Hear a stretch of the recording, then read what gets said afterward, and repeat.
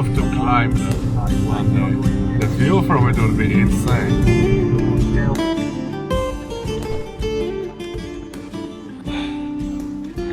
Beautiful parking spot. Nice.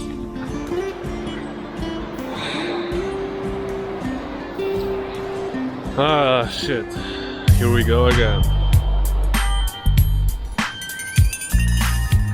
Maybe you've heard about Wim Hof, this weird old man who is doing all these crazy feats of endurance, cold endurance specifically. And basically I researched him, this guy. I read one of his books, and what he uses, like the tool he uses to be able to warm his body in the cold, is called tumo breathing. He doesn't really uses exactly the traditional Tibetan breathwork, which is tumo, but he uses like a kind of modified version of it that he modified for his own needs. My goal is staying for 30 minutes in cold water, so naturally I got interested in that breathing technique. And basically, like that traditional tumo breathing is only reserved for like the grand monks, these most experienced monks, because it's like a really advanced technique, and supposedly you could harm yourself practicing it. And also, like, the heat that your body develops during that tumo breathing is just a byproduct of I don't know how to say it, of achieving a great peace in your mind. If you want to research that topic on your own, I warn you, Eastern breathwork and breathing techniques are a really deep rabbit hole, so be careful what you get into. So becoming a monk and learning breathwork for like 5 to 10 years just to be able to warm up my body in the cold water doesn't really seems logical to me. So I started researching Wim Hof, and if he really does that tumo breathing, that traditional way, and he doesn't, he uses like his own way which he developed over the years, and there is no information nowhere, there is nothing about how he does it. Only in 2 of his books there are very slight snippets of how that looks. And basically how it supposedly looks is you tense every muscle in your body from your toes all the way to your neck, and you really focus on the area behind your head or on your upper back where it connects with the neck. Why do you focus specifically on these areas? It is probably something to do with the brown fat tissue, which is stored in the most quantity in these areas around the neck. Brown fat is basically like a fat tissue that our body has, oh shit, to produce heat. So brown tissue uses our normal fat tissue to produce heat in cold temperatures. And babies who are newborn, they have a lot of brown fat because, believe it or not, newborns cannot twitch from cold. They just don't have that ability for some reason. So they have a lot of that brown fat tissue to warm themselves up. And with age, we have less and less of it. But the good news is that with regular cold exposure, we can keep levels of brown fat high throughout adulthood. So I've tested that technique of warming yourself up using that brown tissue, but I didn't really test it out properly in the water. So this is what I want to do now. I want to do like a small experiment. While sitting in the water, I will be every 30 seconds or 60 seconds, I will be tensing all of my muscles and just trying to generate that heat. I will stay in the water for 6 minutes today, so it will be 40 seconds longer than yesterday. And I will have a very good comparison, because yesterday I remember very well how I felt after, how long it took me to recover from that slight hypothermia state. So if it will be better today than it was yesterday, then this method definitely works, and I will just try using it more in the future.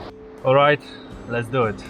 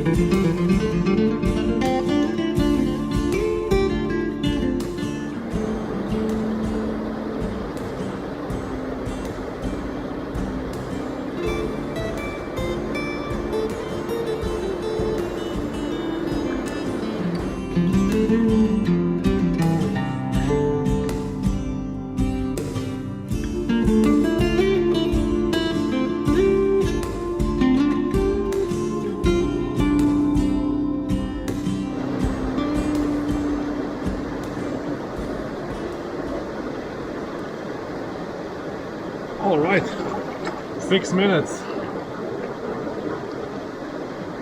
I feel like I'm a bit more red than usual.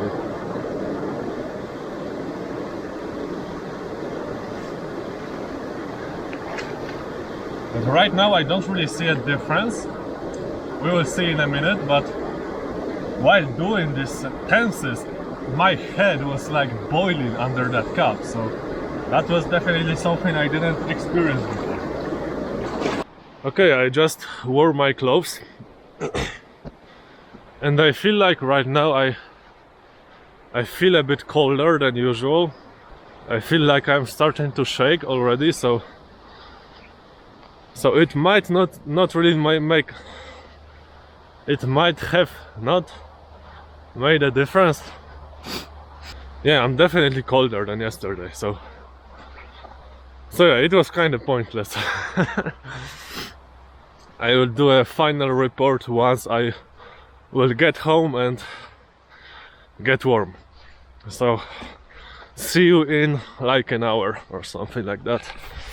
Okay, it has been around 2 hours since I finished my cold plunge, and I have to tell you that tumo breathing ain't shit when it comes to warming up your body.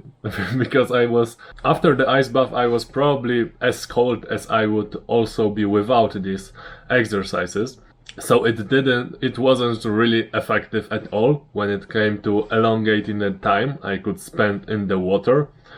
However, there is one thing it did which I have never felt before, and it is the energy I got from the ice bath. Like the energy, the amount of spirit I had in me after it was incredible. Like I literally wanted to jump around and scream. That's how much energy I had. And it never happened before. Always after an ice bath, especially after a longer ice bath, I was energetic, obviously, but I never had so much energy that I didn't know what to do with it.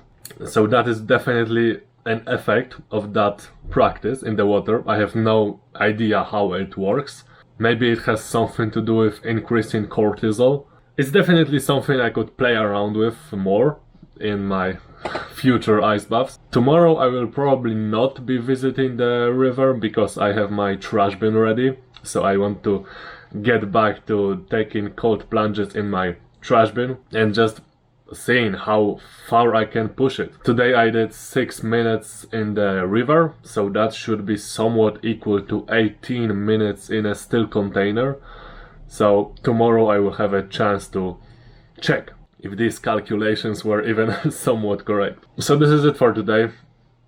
Reject forms and seek your limits.